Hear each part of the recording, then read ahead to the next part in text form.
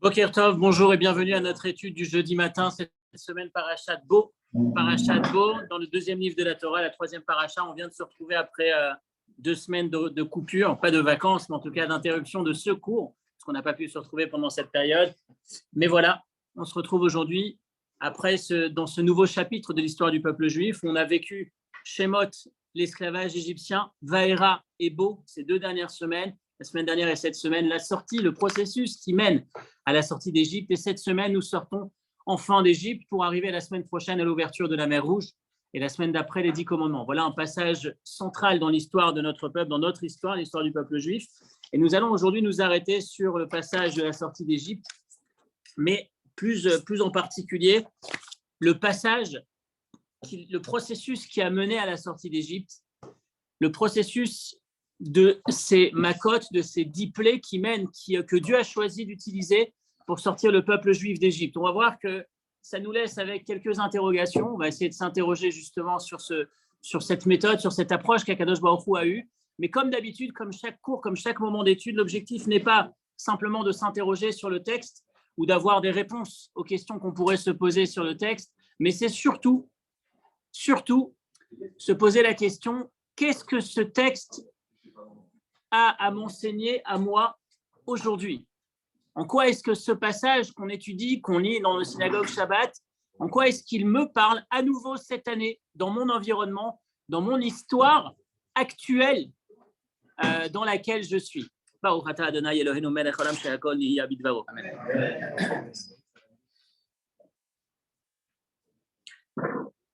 on va commencer par notre interrogation principale que vous trouverez dans la référence dans vos textes numéro 2. La question que pose le Midrash Rabbah, Shemot Rabbah, Tetvav Yud. Le Midrash Rabbah pose la question. Une question que vous vous êtes forcément déjà posée, une question évidente, une question qu'on se pose à chaque fois qu'on étudie le passage de la sortie d'Égypte. Pourquoi Akadosh Baruch Hu a-t-il eu besoin de passer par 10 plaies pour sortir le peuple juif d'Égypte? Est-ce qu'une n'aurait pas suffi? La 10e était la décisive finalement. Dans les mots du Midrash Rabbah, dans les mots du Midrash Rabbah, c'est est-ce qu'il n'aurait pas pu les faire sortir avec la première plaie? Mais si on pousse un petit peu plus notre réflexion, peut-être pas la première plaie, mais si tu sais que la 10e est la meilleure, si tu sais que la 10e est irrésistible, et Dieu a annoncé à Moshe que ça ira jusque-là. Dès le départ, il lui a dit, j'irai jusqu'au bout. C'est la 10e qui est décisive. Alors pourquoi est-ce qu'Akadosh Baruch Hu ne frappe pas l'Égypte directement avec cette 10e plaie, de manière à ce que le peuple juif sorte immédiatement d'Égypte? Parce que rappelez-vous, tout ce processus prend du temps. Pendant tout ce processus, le peuple juif se trouve en Égypte au départ en train de souffrir, puis ensuite il souffre moins, mais il est toujours dans l'esclavage égyptien, il est toujours dans l'idolâtrie égyptienne. Chaque jour où le peuple juif reste en Égypte de manière supplémentaire, c'est des jours où il est en train d'être son voisin, son collègue, son copain, son ami de palier. C'est qui? C'est un idolâtre qui l'influence dans l'idolâtrie. Alors pourquoi tu ne te dépêches pas de les faire sortir? Si tu as un moyen qui te permet de les faire sortir vite, pourquoi est-ce que tu laisses traîner les choses? Et on va voir que c'est vraiment traîner les choses. On va voir que ça a duré, le processus entier, on dit à peu près 1 an, mais véritablement c'est moins qu'1 an, parce que Moshe Rabbeinu, il reçoit la mission 1 an avant, il commence sa mission, et puis il craque. Immédiatement, il repart en Égypte. Il dit à Dieu, bon, c'est la face cachée de l'histoire, celle qu'on ne voit pas trop. Moshe Rabbeinu va dire à Dieu, Patrick, tu peux t'approcher, parce que là, je ne te vois plus du tout. Là. Derrière le poteau, les murs. Là, c'est fini. Là. C'est comme s'il y avait un cours dans un cours. Il est puni. Ah. Il est puni, il a fait 2 plaies. Mais il ne faut pas qu'il enlève celui d'avant. Moshe Rabbeinu reçoit la mission d'Akadosh Baruch Hu de faire sortir le peuple juif d'Égypte, d'aller négocier avec le pharaon. Il va parler au pharaon. Première rencontre avec Aaron. Il va voir le pharaon et lui demande de laisser sortir le peuple juif. Qu'est-ce qui se passe? Le pharaon lui répond « Nirpim atem nirpim ». Vous avez du temps à perdre. Si vous venez me voir pour demander un temps de sortie de permission, c'est que vous faites rien, quoi. Vous vous ennuyez en fait. Si vous aviez plus de travail, vous ne serez pas en train de vous plaindre et demander une permission pour sortir, aller servir un prétendu Dieu. Et donc, il dit, si c'est comme ça, tirbada avoda, on va ajouter le travail. On va vous donner un peu plus de travail. Et dorénavant, la paille, vous irez la chercher vous-même et le peuple juif va s'éparpiller pour aller chercher de la paille pour pouvoir constituer les briques. Moshe Rabbeinu, quand il entend ça, il sort du palais royal. Il est accosté par les policiers que les Égyptiens avaient nommés sur les Juifs pour vérifier la quantité de travail, l'exécution du travail, donc des Juifs qui étaient en charge de superviser les Juifs. Et les Juifs se plaignent à eux, les policiers se plaignent à Moshe Aaron. Vous vous rendez compte, depuis que vous êtes venus, on a plus de travail qu'avant. Et vous vous rendez compte, déjà ils souffrent encore plus à cause de vous. Maintenant, on a un coupable. Jusque-là, on avait un coupable, le pharaon. Maintenant, on a un coupable de chez nous. On sait que c'est toi, Moshe. C'est à cause de toi qu'on souffre plus. Moshe, il entend ça. Il ne peut pas. Moshe, il aime trop le peuple juif. Rappelez-vous, c'est quelqu'un qui va donner sa vie pour le peuple juif. À ce stade, il s'énerve avec Dieu. C'était la fin de la paracha de Shemot, les derniers mots de paracha de Shemot. Il dit à Dieu, mais qu'est-ce que ça veut dire ça? Tu m'as envoyé pour les faire sortir. Depuis que je suis intervenu, ça est encore plus difficile pour eux. Et ce qu'on ne voit pas dans le texte, c'est que Moshe s'en va. Il repart à Midian. Il dit, je ne veux pas avoir affaire à ça. Je ne prends pas sur moi cette mission. Je craque. Il craque véritablement quand il voit ce que ça donne. Quand il voit que son intervention n'apporte pas du positif, mais au contraire, il s'en va. Et finalement, il revient presque 6 mois plus tard. Et à partir de Rosh Hashanah, la Gemara, le Talmud dans le traité Rosh Hashanah, la Gemara va nous dire, à Rosh Hashanah, ça y est, le processus est enclenché, le peuple juif est allégé, ne travaille plus. Rosh Hashanah, c'est 6 mois et demi avant la sortie d'Égypte. 6 mois et demi avant la sortie d'Égypte véritable, réelle, c'est le 15, 14, 15 Nissan. C'est le jour où on fête Pessah. D'accord? Donc, il y a 6 mois et demi où ils sont allégés. Donc, le processus réel, c'est presque un an, ou voire 6 mois et demi, la réalisation des plaies. On va voir que sur les 12 plaies, la 12e, elle n'a pas duré de temps puisque elle a frappé au milieu de la nuit et ils sont sortis immédiatement. Donc, la 12e, on va dire qu'elle n'a pas duré tellement de temps. Mais les 9 premières, on a l'habitude de dire que chaque plaie durait 1 mois, 3 semaines de mise en garde, 1 semaine de réalisation de la plaie. On va voir, un très très joli commentaire qu'on va essayer de développer tout à l'heure, qui va nous dire que finalement, il n'y a que 6 sur 9 plaies qui a duré 1 mois. Pendant 6 sur 9, et vous allez voir que c'est organisé de manière assez particulière, la 3e, la 6e et la 9e ont été réalisées sans mise en garde préalable, sans que Moshe ou Aaron aillent voir le pharaon en lui disant attention. C'est directement on frappe.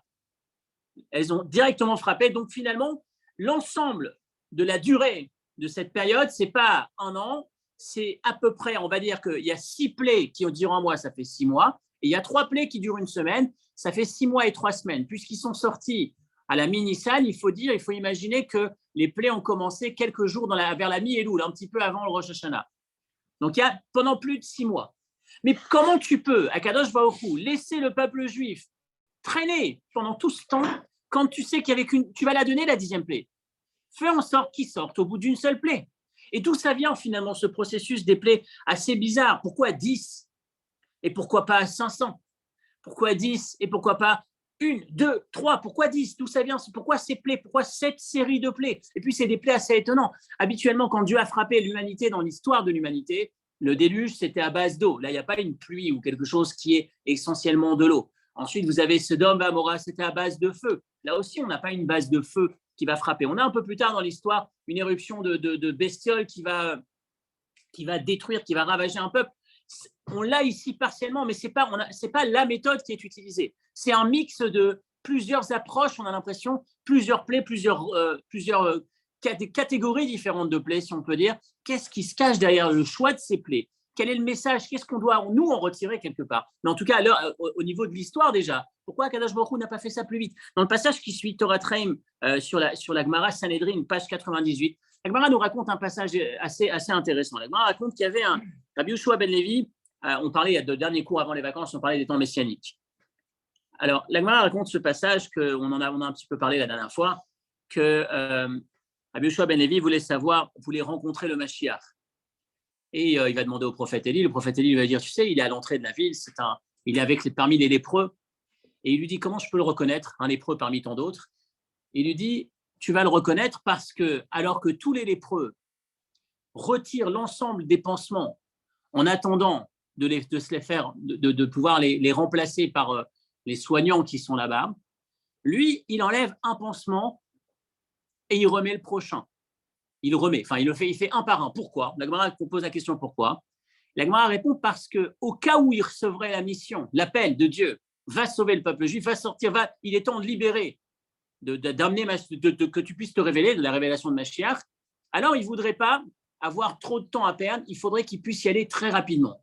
On a cette notion de ça doit se passer rapidement. Et la Gemara, donc le commentaire sur place, pose la question pourquoi c'est tellement important qu'il aille très vite. Et il répond parce que si l'heure qui avait été promise à Abraham, ils vont être asservis pendant un moment, ensuite je les libérerai. Si cette heure-là avait été, Abraham, non, pour les temps messianiques, si l'heure des temps messianiques est arrivée, Lo Ikvan Akadosh Baruch Hu ne veut pas les laisser traîner, les retenir, ne serait-ce qu'un seul instant supplémentaire. Combien est-ce qu'on est attaché à cette notion de il faut faire vite, quand c'est l'heure, c'est l'heure. À l'époque de l'Égypte, il y a un enjeu supplémentaire, c'est que quand c'est l'heure, et les moments où tu les laisses en Égypte, ils sont accompagnés d'idolâtres. Pardon. Ils sont dans un environnement qui est négatif. Et dès que la sortie d'Égypte a lieu, tout va très vite. Bechipazon, il faut se dépêcher, on n'a pas le temps de laisser le temps, on n'a pas le temps de laisser le pain à lever, il faut que ce soit c'est de la matzah, il faut vite sortir, etc., etc. Le fameux seder qui commence par ce texte Bibhilou, qui veut dire en araméen, ils sont sortis très rapidement, très vite, ils se sont dépêchés. Donc, jusque la sortie d'Égypte, ça traîne. À partir de la sortie d'Égypte, ça fonce. Il faut vite se dépêcher. Mais pourquoi on ne se dépêche pas avant? Pourquoi 10 plaies? À quoi ça sert finalement? Il suffisait de faire en sorte qu'il y ait une plaie décisive qui assomme, si on peut dire, le pharaon, qu'on sait que c'est ce qui va se passer avec la dernière. Et puis ensuite, ils sortent d'Égypte. Pourquoi tout ce processus? Qu'est-ce qui se cache derrière ce processus? Et donc, on va prendre le temps de faire un petit voyage dans cette période de l'histoire, le moment des 10 plaies. On a dit que ça a duré à peu près 6 mois et un peu plus. Regardez le texte suivant, toujours dans la référence numéro 2, le dernier passage de la référence numéro 2, le Mahardaz sur Shemot Rabbin, un des commentateurs du Midrash qui nous dit, il dit comment est-ce qu'on arrive Donc la Gemara nous dit que ça a duré 6 mois, enfin à partir de Rosh Hashanah, ça s'est arrêté. Mais pourtant, on sait que les Égyptiens ont été jugés pendant 12 mois. C'est la Gemara, j'ai oublié où est-ce que c'était écrit, c'était dans la référence précédente que je n'ai pas lu. Rosh Hashanah, toujours la Gemara. Non, Mishnah Eduyot, Mishpat Amitzrim, Shnemasa Chodesh. Les Égyptiens ont été jugés pendant 12 mois. Et la Gemara nous dit à partir de Rosh Hashanah, ils se sont arrêtés. Alors, qu'est-ce qui s'est passé? Comment est-ce qu'on repositionne dans l'histoire? Alors, comment est-ce qu'on se positionne dans l'histoire? À quel moment Moshe et Aaron sont intervenus? À quel moment les plaies ont commencé? Combien ça a duré? Et donc, il dit, on a le premier élément, c'est que lorsque la première conséquence de l'intervention de Moshe, c'est qu'ils doivent aller chercher de la paille. À quel moment on va chercher de la paille? À quel moment on trouve de la paille un peu partout? C'est généralement au moment de Iyar, au moment de juste après Pessah, lors du début du printemps, c'est là où on a de la paille un peu partout. Donc, c'est le moment où Moshe Rabbeinu intervient. Mais Moshe Rabbeinu intervient pour la première fois en Iyar, donc 1 an avant la sortie d'Égypte, pile 1 an. Donc, c'est 1 an, le moment où les Égyptiens ont été jugés, si on peut dire, le processus démarre 1 an avant. Mais la Gemara dans Rosh Hashanah va nous dire que les plaies ont commencé à Rosh Hashanah. Le peuple juif a arrêté de travailler, a été allégé dans son travail, dans son esclavage, à partir de Rosh Hashanah, donc quasiment 6 mois plus tard. Il y a une version, en fait, que ça dure 1 an. Moi, j'ai toujours entendu dire que ça dure à peu près 10 mois, 1 an. Alors, le 10 mois, 1 an, moi aussi, j'ai toujours parlé de 10 mois, 1 an. Le 10 mois, 1 an, il reste valable. C'est là où on est en train, aujourd'hui, on est en train de se poser là-dessus. Ça veut dire, en fait, non, je vais reprendre. On a 2 sources qui sont écrites. La première, c'est que le processus démarre 1 an avant. Ça, c'est clair. Et la seconde, c'est que l'allègement du travail sur le peuple juif commence 6 mois et demi avant Rosh Hashanah. Donc, ça, c'est les éléments qu'on a écrits. Après, comment est-ce qu'on s'en sort sur alors combien de temps ont duré les plaies? On arrive à ce passage qui nous dit les Égyptiens ont été jugés pendant 12 mois. Moshe a disparu pendant 6 mois. Et donc, a priori, on nous dit que chaque plaie a duré 1 mois. Alors, comment est-ce qu'on arrive à rentrer 10 plaies qui durent 1 mois dans 6 mois et un peu plus, puisque Moshe a disparu dans l'équivalent d'à peu près 6 mois entre Iyar et Rosh Hashanah. Donc, c'est à peu près la question que tu poses. Attends, c'est ce que tu avais en tête, ce qu'on avait en tête, ce que j'avais en tête avant. Mais quand tu le positionnes à côté de ces 2 sources, Moshe il intervient en Iyar 1 an avant, mais en même temps, il disparaît jusqu'à Rosh Hashanah 6 mois, donc il reste un peu plus de 6 mois. Comment on fait pour placer ces 2 raisonnements? Et il répond Si on lit bien la Torah, alors j'aurais pu faire avec vous l'étude, on aurait pu prendre les 10 plaies et les étudier dans le texte. Et c'est très intéressant. C'est ce qu'on va faire aujourd'hui sans les étudier, mais je vous invite à les revoir par la suite si vous voulez les reprendre le passage des 10 plaies, et vous verrez toutes les nuances qu'on a. On est encore dans le chapitre des questions maintenant, mais quand on arrivera à la réponse, on verra comment chaque détail est intéressant à sa place. On y arrive. Donc déjà, il y a 6 plaies où il y a une mise en garde. C'est un élément auquel on n'a pas forcément prêté attention jusque-là. Il y a 6 plaies où Moshe va mettre en garde le pharaon avant. Dam, Sfardéa, la première, la deuxième, puis ensuite Arov, Dever, la 6e, la 7e, puis la 4e, la 5e, pardon. 1, 2, oui, c'est ça. Puis ensuite Barad, Arbe, la 7e, la 8e. Les 2, 1, 2, 4, 5, 7, 8. Pardon. Oui, c'est ça. Le 3, 6, 9, c'est bien. Exactement. Mais Shalosh Makot Nitnu Belo Atra. Il y a 3 qui ont été donnés sans mise en garde. Kinim, la 3. Shrin, la 6. Rocher, 9. Mais la reine, c'est la raison pour laquelle les 6 qui avaient une mise en garde ont duré un mois. 3 semaines de mise en garde, 1 semaine de réalisation. Parce que ça, c'est écrit clairement dans le texte. Pendant 1 semaine, ça a frappé. Et les 3 autres ont duré uniquement le temps de la plaie, puisqu'il n'y a pas eu les 3 semaines de mise en garde. Donc, ça nous fait 6 mois et 3 semaines. Et il faut dire que Moshe Rabbeinu, ce n'est pas 6 mois où il était absent, c'était un peu moins de 6 mois pour arriver à bien combiner tous ces chiffres. Mais la question reste là. Pourquoi 10 plaies, pourquoi tout ce temps-là quand on sait qu'il souffrait? Deuxième question. Alors, vous avez tous déjà entendu parler des différents noms de Dieu. On va en parler un tout petit peu aujourd'hui. On sait qu'Akadosh Baruch Hu dans la Torah est appelé selon différentes formes. On a Elohim, on a Hachem. Ce qu'on appelle habituellement Hachem, c'est Ado, plus loin Naï. On a ce même nom qui est écrit dans la Torah en 4 lettres, le Yud, puis le He, puis le Vav, puis le He. On appelle le tétragramme, les 4 lettres qui forment d'ailleurs la valeur numérique 26, le fameux chiffre 26 qui représente le nom de Dieu. On a Shakai, on a Kel, on a plusieurs noms de Dieu. Chacun de ces noms représente une des manifestations divines. Lorsque Dieu se manifeste selon un certain format, selon une certaine attitude, on va utiliser un nom. Lorsque c'est une autre attitude, on utilise un autre nom.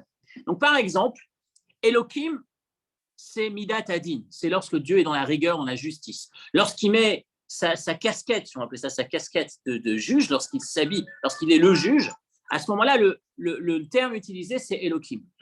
Lorsqu'il est chesed, lorsqu'il est rachaman, lorsqu'il est miséricordieux, lorsqu'il est bon, lorsqu'il est comme un père avec ses enfants, on l'appelle Ado, le fameux 4 lettres, Yud Ke Vav Ke, Hachem. On va dire ça Hachem, on va appeler ça Hachem. Donc c'est clair jusque-là. Quand on commence le Chumash Shemot, pendant les 2 premiers chapitres du Chumash Shemot, il n'y a que Elohim. Elohim, Elohim, Elohim. Et ça se comprend bien, parce que tout le début du Chumash Shemot, c'est l'esclavage. L'esclavage égyptien, le peuple juif qui souffre, c'est Dieu qui est dans une forme de rigueur, de justice.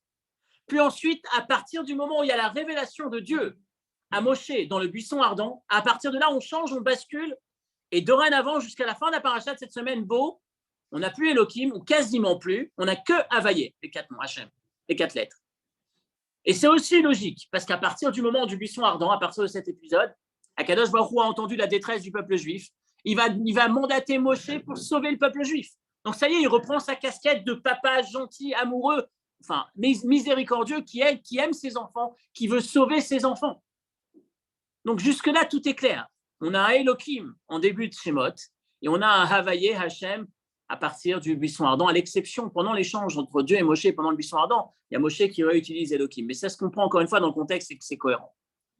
Et là, vous avez le premier verset de la paracha de la semaine dernière, Vaera, qui paraît très difficile à comprendre, en tout cas qui laisse apparaître une anomalie. Le début de la paracha de Vaera, donc la paracha qui entame le processus des plaies et de la sortie d'Égypte, qu'on va terminer cette semaine. Vaidaber Elohim El Moshe. Elohim parle à Moshe. Vayomer Elav, et il lui dit Ani Hachem, je suis Hachem. Alors le Midrash va poser la question, Elohim, il a dit quoi à Moshe? Vaidaber Elohim à Moshe. Donc Elohim lui parle, mais Elohim, il dit plus rien. Vayomer Elav, Ani Hachem. Et puis ensuite, c'est Hachem qui prend le relais. Si on imagine Dieu dans 2 attitudes, 2 attributs, Elohim et Hachem, il y a une incompréhension. Dans ce texte, il y a une contradiction. Tu aurais dû dire soit Vaidaber Elohim, Vayomer Elav, Ani Elohim, Soit c'est Elohim qui parle et lui dit je suis Elohim, ou soit c'est Vaidaber Hachem, Hachem parle et lui dit Ani Hachem. Mais comment tu as Elohim qui parle, qui dit rien finalement, et qui lui dit Ani Hachem, je suis Hachem. C'est Hachem ou c'est Elohim? Je vous pose la question de manière assez superficielle, assez simple, sans entrer dans le détail. Mais si vous prenez la première référence de votre texte, Shemot Vav, donc premier verset de la paracha de la semaine dernière, Vaidaber Elohim, vous l'avez en gras logiquement. Vaidaber Elohim El Moshe, c'est Elohim qui s'adresse à Moshe. Vayomer Elav Ani Hachem, et là vous avez les 4 lettres avec les petits tirés entre les lettres, et il lui dit je suis Hachem. Vaera, etc., etc., etc. Et donc, on se pose la question. Regardez ce qui se passe. Le Or HaChaim pose la question. Tsarech la date. Il nous faudrait savoir. Madiber Elohim. Qu'est-ce qu'il a dit Elohim? Vaidaber Elohim. Elohim parle, mais il ne parle plus rien, puisqu'ensuite c'est Ani Hachem. Celui qui parle, qui dit je suis, c'est Hachem. Alors c'est Hachem ou Elohim qui est là? C'est quelle partie de Dieu, si on peut dire? Si on regarde simplement, on a l'impression que c'est deux. Il y a Elohim et Hachem. Mais maintenant, même si on creuse un petit peu plus, regardez le Midrash Rabbah référence qui suit. Rabbah, Shemot Rabbah, Gimel Vav, chapitre 3, paragraphe 6. Lorsque Moshe s'adresse à Dieu, lorsque Dieu lui donne la mission d'aller sortir le peuple juif d'Égypte, Moshe dit à Dieu, mais ils vont me demander quel est son nom, qu'est-ce que je leur dirai? Et Dieu lui répond, Shemi atem avakesh teda, tu veux connaître mon nom? Les fima asai aninikra, ça dépend de ce que je fais. En fonction de mes interventions, j'ai un nom différent. Peamim shaninikra bekel shakai, parfois on m'appelle kel shakai. Bitzvakot, parfois c'est Tsevakot, le nom des armées. Be-Elohim, ou alors Be-Hachem. Keshani danet abriot, lorsque je juge les créatures, tout ça c'est les midrash. Lorsque je suis dans une forme de rigueur, de justice, Anenikra Elohim, on m'appelle Elohim. Ou Shani osem ilchama birshaim, lorsque je combats le mal ou les mécréants, ou les entre guillemets mauvais, Anenikra Tsevakot, à ce moment-là c'est mon nom, c'est Tsevakot, celui qui utilise la notion d'armée. Ou Shani tole al-Khatav shel Adam, lorsque je suspends les fautes d'un homme, je m'appelle Kel Shakai. Ou Shani merachem al-Olami. Et lorsque j'ai la miséricorde qui est prédominante, Anenikra Hashem, Shen Hashem Enamidat Rachamim. Hashem, ça fait référence à Rachamim, Rachamim, c'est-à-dire la miséricorde. Maintenant, vous voyez la suite, regardez ce qu'on va lire dans les prochaines références. Quelques citations du début de Shemot. Regardez les premiers versets de Shemot. Vatirena Ameyaledot et Elohim. Les sages-femmes, celles à qui on a demandé le pharaon a demandé de jeter tous les garçons au Nil, elles ont craint Dieu. Comment il s'appelle Dieu? Elohim. Ensuite, on continue un peu plus loin. Vayetev Elohim. Dieu va faire du bien à ses sages-femmes. Comment il s'appelle Dieu? Elohim. On continue un petit peu plus.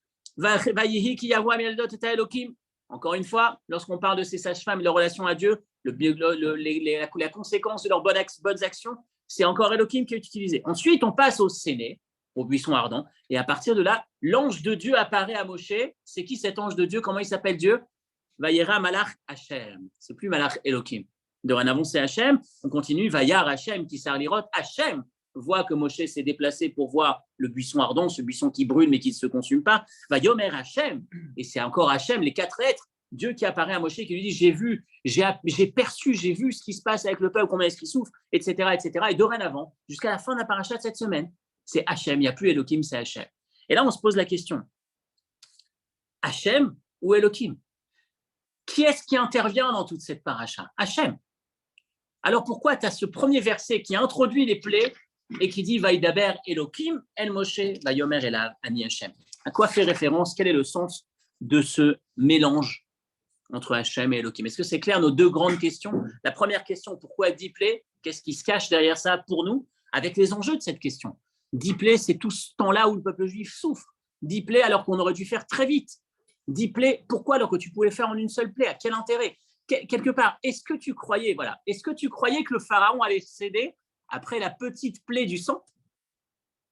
Si on réfléchit, pour nous c'est grand quand on voit ça. Mais finalement, quand on connaît la dureté de ce pharaon, quand tu lui envoies le sang, ou même les sauterelles, ou les grenouilles, pardon, les premières plaies, est-ce que tu penses vraiment que ça va réussir à casser le pharaon?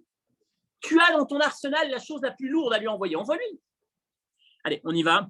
On va maintenant vers la réponse. La réponse, c'est ce pourquoi on s'est réunis ce matin, même si les questions sont intéressantes parce qu'elles nous permettent d'aller justement vers la réponse, de découvrir la deuxième facette, la deuxième lecture qui se cache derrière ce texte.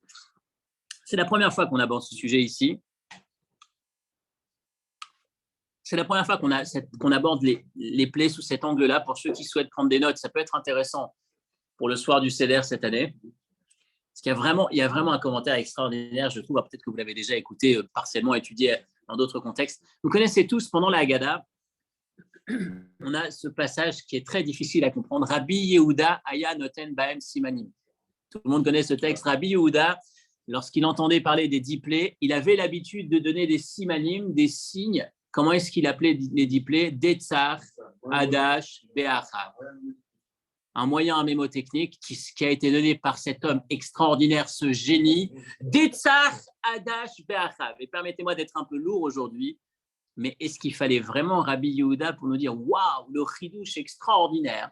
Les plaies, on va les appeler Detzar, Adash, Be'achav, alors que même un enfant de 4 ans qui a étudié le principe des abréviations, des rachetevot, il sait que si tu prends la première lettre de chacun des mots, tu compactes tout ça, tu composes une formule qui s'appelle Detzar, Adash, Be'achav. Detzar, le dalet, c'est dame, le sang. Le tzadik, la deuxième lettre, c'est Tsefardéa, les grenouilles. Ensuite, Chet, dame Tsefardéa, le Chaf, pardon, Kinim, les poux, enfin, etc. Chaque Detzar, Adash, Be'achav, on ne pouvait pas les appeler autrement. J'aurais pas pu choisir un autre nom avec d'autres lettres, une formule magique qui ne veut rien dire. Detzar, Adash, Be'achav, c'est simplement la première lettre de chacune de ces 10 plaies. Alors, c'est quoi l'enseignement de Rabbi Yehuda qu'on répète tous les ans, le soir de la Haggadah, le soir du Seder, pendant la Haggadah? Un chidouche de Rabbi Yehuda, un chidouche extraordinaire, une nouveauté, un enseignement extraordinaire, hors du commun. Detzar, Adash, Be'achav. Qu'est-ce qui se cache derrière? Très sincèrement, je pense que pour ceux qui lisent la Haggadah chaque année, je pense que chaque année, quand on passe devant ce passage, on s'arrête, on se pose la question, qu'est-ce qu'il veut dire? Qu'est-ce qu'on ne comprend pas? Alors on se dit, ça fait partie des sujets qu'on se fait le soir du Seder pour rester réveillé. Mais ce mémo technique. Bravo. À ce stade, c'est bon, on est suffisamment avancé pour dire, allez, c'est bon. C'est pas bien un commentaire, on ne connaît pas. Mais sincèrement, c'est quoi le sens de ce passage? Rabbi Yehuda, Ayanatel, Bam Simanim, Rabbi Yehuda, on a l'impression que c'est un enseignement, il y a besoin de Rabbi Yehuda pour ça. Il donnait des signes, il nous permettait de nous rappeler Detzar Hadash Bar. Et on va voir qu'il y a une énorme richesse derrière ce commentaire. Et c'est celui qu'on va voir aujourd'hui. On nous dit qu'au nom du Baal Shem Tov, on rapporte, c'est la référence numéro 3. Quand on parle des plaies, le verset dit, dans Jérémie, dans le prophète Jérémie, à Yirmiyahu, Asher Samta Otot Umoftim Be'eretz Mitzrayim Ad Hayom Hazeh. Dieu, tu as placé des signes et des plaies en Égypte jusqu'à aujourd'hui. Et forcément, quand vous entendez ça, vous dites jusqu'à aujourd'hui. Non, les 10 plaies, c'était en 2448, c'est pas aujourd'hui, en 5782. Qu'est-ce que ça veut dire jusqu'à aujourd'hui? Puis ensuite, le verset continue. Ou Israël ou va Adam. Les plaies, tu les as placées sur Israël et sur l'être humain. Et tu t'es fait un nom jusqu'à aujourd'hui, Kayom Hazeh, comme aujourd'hui. Israël n'a pas été frappé par les plaies. Les plaies, c'était les Égyptiens. Quel est le sens de ce verset? Normalement, non, normalement, explicitement, tu as raison. Explicitement, tu as raison. Mais dans l'idée, les plaies, c'était pour les Égyptiens. Dieu a envoyé les plaies sur les Égyptiens, pas sur les Juifs. Même si peut-être, comme tu dis, certaines. Mais dans l'idée, pourquoi tu me dis que l'intérêt, les plaies ont touché, premièrement, jusqu'à aujourd'hui, c'est fini les plaies. C'était à un moment donné de l'histoire. Et puis Israël. Et là, on va arriver à cet enseignement du Abarbanel. L'essentiel du cours aujourd'hui repose sur un commentaire qui a été donné par le Abarbanel au départ. On va utiliser Rabbi Yehuda, le fameux Rabbi Yehuda, Detzar Hadash Be'achav, le fameux code difficile à comprendre des 10 plaies en 3 mots, Detzar Hadash Be'achav. Et surtout, on va voir qu'on a dans une phrase que vous avez peut-être déjà entendue, en tout cas moi c'est une phrase que j'ai l'habitude d'utiliser. Il y a sortir le peuple juif d'Égypte, qui est une chose plus ou moins simple. Il y a une chose plus difficile, c'est sortir l'Égypte du peuple juif. Et c'est ce concept qu'on a déjà, je pense, abordé l'idée. On va essayer de réfléchir là-dessus. Et c'est là le sens de cet enseignement du Baal Shem Tov. Le Baal Shem Tov qui nous dit « Les plaies ont frappé l'Égypte jusqu'aujourd'hui. » Pourquoi jusqu'aujourd'hui? Parce que jusqu'aujourd'hui, l'enseignement des plaies, tu en as besoin à chaque instant de ton existence. Le symbole, l'histoire, le phénomène des 10 plaies, c'est un phénomène qui est censé t'apporter des éléments de réponse à tes questions du quotidien, y compris en 2022. Aujourd'hui, tu as des questions dans la vie, les questions les plus importantes. Les questions les plus importantes. Il est où Dieu? Il est là véritablement? Il se soucie de moi véritablement? Il a quelque chose à faire du devenir de ce petit individu sur ce petit point de la planète quand il y a le Covid sur le monde entier? Est-ce que Dieu, la providence divine existe? Est-ce qu'il regarde, il sait ce que je deviens? Est-ce qu'il s'occupe de moi? Cette question, ce genre de questions, ces questions auxquelles on est confronté en permanence, vaccin, pas vaccin, ça veut dire quoi? Dieu, pas Dieu? Science, pas science? On est constamment dans ce dilemme. Eh bien, le symbole de l'histoire des 10 plaies, tel qu'on va l'étudier aujourd'hui, c'est des éléments de réponse en permanence pour nous. Donc les 10 plaies, c'était à l'époque, mais les 10 plaies, c'est jusqu'à aujourd'hui. Les 10 plaies, c'était sur les Égyptiens, mais les 10 plaies, c'était principalement pour les Juifs. Qu'est-ce que ça veut dire? Qu'est-ce que ça veut dire? Pour sortir, avant de sortir, docteur, pour sortir les Juifs d'Égypte, une plaie suffisait. Pour sortir l'Égypte des Juifs, il en fallait 10, et c'est ce qu'on va essayer de voir aujourd'hui. Et la structure va être construite de manière, je vais dire, presque impeccable. Ce Detzach, Adash, Be'achab, toutes les anomalies qu'on va voir, les différences entre la réalisation de ces plaies, on a parlé tout à l'heure de mise en garde, de pas mise en garde. On va voir que c'est plus fin que ça. La première plaie, Dieu demande, accrochez-vous, la première plaie, Dieu demande à Moshe d'aller mettre en garde le pharaon le matin. La deuxième plaie, Dieu demande à Moshe de les mettre en garde le pharaon tout court, quand tu veux. La troisième plaie, il ne le met pas en garde. La quatrième, il lui demande à nouveau de le mettre en garde le matin. La cinquième, il lui demande de le mettre en garde quand il veut. La sixième, il ne le met plus en garde. Va et frappe. La septième, il lui demande à nouveau de le mettre en garde le matin. La huitième, tu le mets en garde quand tu veux. Et la neuvième, il n'y a pas de mise en garde, on frappe direct. Detzach, Adash, Be'achav. Rabbi Yehuda, lorsqu'il donne des simanim, lorsqu'il dit que les plaies, elles se divisent en 3 groupes, c'est parce que c'est véritablement comme ça que doit fonctionner, que sont censées fonctionner les 10 plaies. Les 10 plaies, c'est un cours, une formation en 3 temps. C'est 3 cycles de formation. La formation Detzach, la formation Adash et la formation Be'achav. Et là, on s'aperçoit qu'il y a du sens à donner ces codes. Ce n'est pas juste un mémotechnique, tu veux te souvenir des 10 plaies, tiens, je vais te donner différentes lettres qui vont te permettre, l'abréviation qui va te permettre de t'en souvenir. C'est beaucoup plus que ça. C'est la manière de te souvenir qu'en fait, les 10 plaies, c'est un séminaire qui te permet d'obtenir les réponses aux 3 questions les plus importantes que tu te poses, aux 3 éléments, aux 3 affirmations fausses, mauvaises, que le pharaon avait en tête. La première question, le premier élément, Dieu existe-t-il? Le deuxième élément, et même s'il existe, est-ce qu'il sait ce qui se passe sur Terre ou est-ce qu'il a quitté la Terre? Et le troisième élément, et même s'il existe et qu'il sait ce qui se passe sur Terre, est-ce qu'il peut quelque chose contre le système qu'il a mis en place, peut-être, qui s'appelle la nature, ou une fois qu'il a mis en place la nature, c'est la nature qui gère? Ces questions, on se les pose en permanence, ou en tout cas, on a une confrontation extérieure qui vient nous dire non, qui vient nous donner les mauvaises réponses à ces 3 questions. D'abord, Dieu n'existe pas.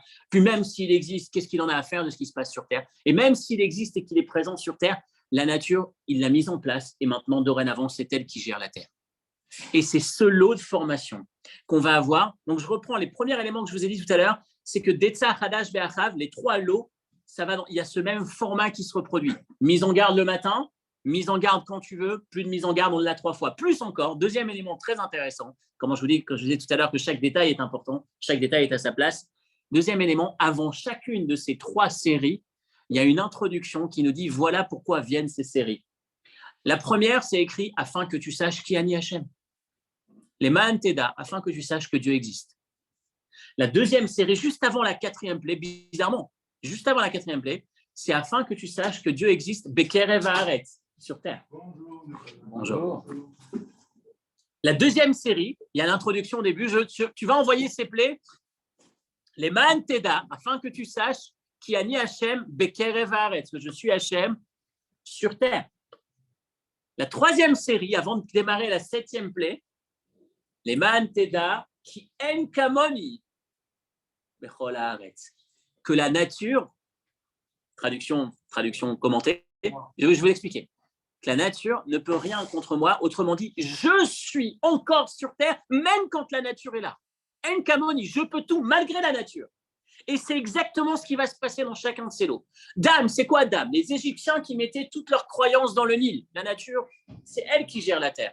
Le Nil, c'est lui qui nous donne toute notre subsistance. Le Nil est frappé, premièrement par le sang, deuxièmement par les grenouilles.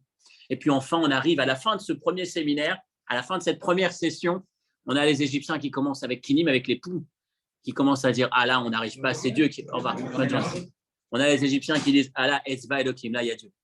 On n'y arrive plus. C'est Dieu. Dieu existe. Première plaie, il se passe à la deuxième plaie, il se passe à la troisième, là, il dit à partir de la troisième. On a fini la première session, premier module de formation terminé, on a commencé à obtenir l'impact. Deuxième module de formation, c'est quoi? Dam Sfardakilim, Arov, les bêtes sauvages, des vers, la peste, des vers, Shrin, les ulcères, les trois plaies supplémentaires. La Torah va nous dire de manière explicite, c'est écrit explicitement, ça a frappé que les Égyptiens, pas les Bnei Israël.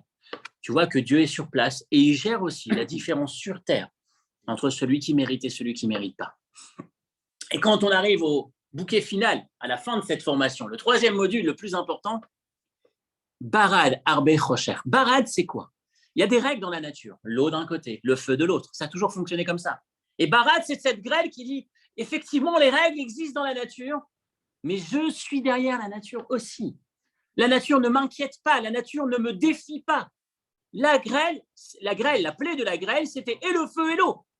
Arbe et les sauterelles, vous allez me dire les sauterelles, qu'est-ce qu'il y a de si contre nature? Sauf que le texte nous raconte clairement que les sauterelles interviennent dans une terre dévastée où il n'y a plus rien. Il n'y a plus rien à manger. Normalement, les sauterelles vont envahir un territoire quand elles viennent manger, mais il n'y a plus rien à manger. Tout est déjà rasé, tout est déjà fini, il n'y a plus rien sur terre. Et elles viennent quand même. Et enfin, Rocher, c'est le summum, le soleil. S'il y a bien un élément qui est infaillible dans la nature, qui fonctionne depuis tout le temps, c'est le soleil qui se lève le matin.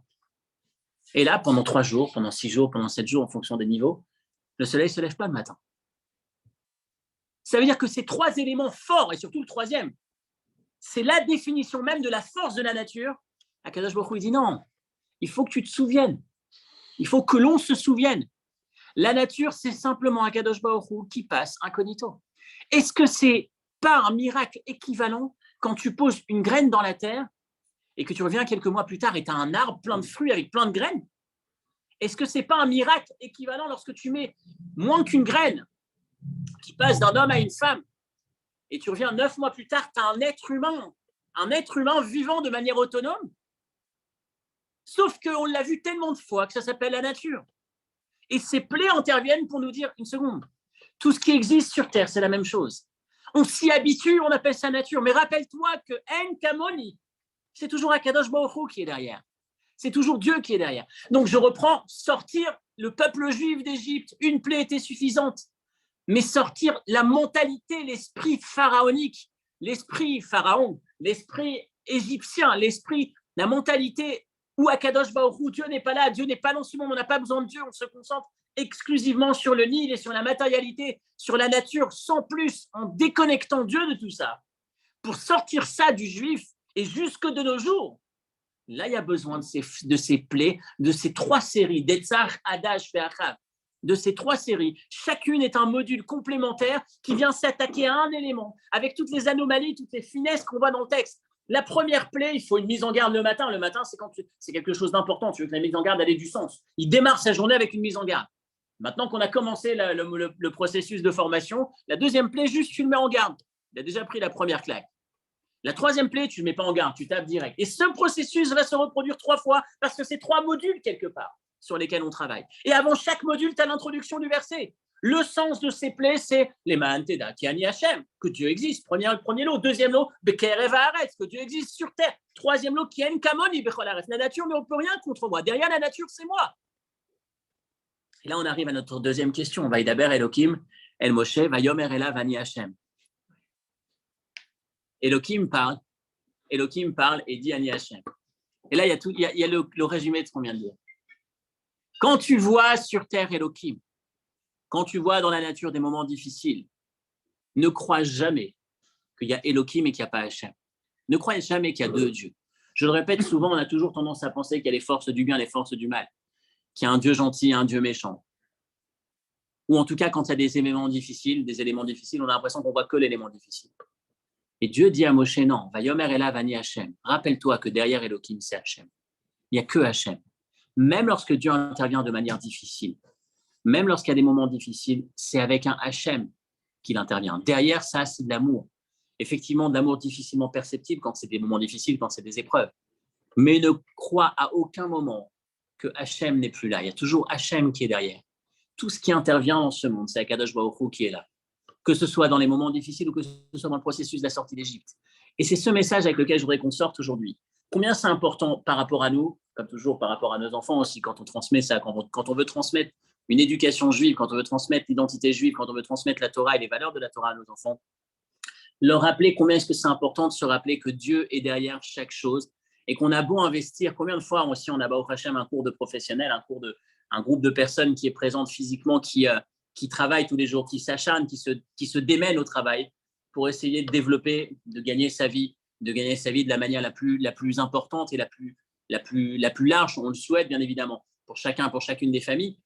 Mais se rappeler systématiquement combien est-ce que parfois on fait un mauvais calcul, on a l'impression que c'est la parnassa, que le gagne-pain, que la réussite est dépendante de mon taux d'investissement dans le travail. Rappelons-nous qu'il y a Hachem derrière tout ça. Et que si je mets 1 heure d'étude, si j'investis 1 heure d'étude dans la Torah, le travail que je vais faire derrière sera 1000 fois plus productif parce que, rappelez-vous, le travail, c'est le moyen, c'est le canal qui me permet de récupérer le flux. Mais si derrière, je n'investis pas pour qu'il puisse y avoir un flux, le canal, il est magnifique, mais il n'est pas connecté au bon réseau.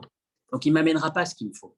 Enfin, encore une fois, dans le sens positif, le sens de tout ça, c'est se rappeler combien est-ce que c'est essentiel pour nous comme pour nos enfants. Quand nos enfants nous voient nous démener au travail, ils ont compris que le travail, c'est essentiel, que l'argent, c'est vital.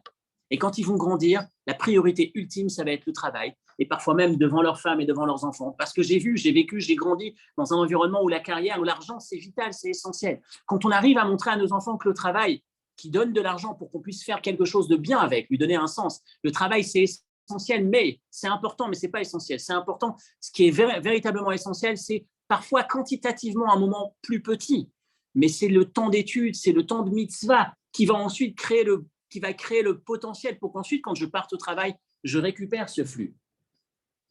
Quand mon fils, quand ma fille, quand nos enfants nous voient la valeur, l'amour qu'on porte quand il s'agit de faire une mitzvah ou quand il s'agit d'avoir un moment d'étude de Torah et qu'on ne dit pas non, désolé, je n'ai pas le temps, je dois travailler, j'ai un rendez-vous, j'ai ci, j'ai ça, mais qu'on arrive à montrer combien est-ce que c'est important, à ce moment-là, on leur donne inconsciemment, on leur donne la force de pouvoir, à leur tour, lorsqu'ils vont grandir, lorsqu'ils deviendront adultes et lorsqu'ils fonderont un foyer, etc., de savoir où se trouve l'essentiel et où se trouve le moyen qui mène à l'essentiel.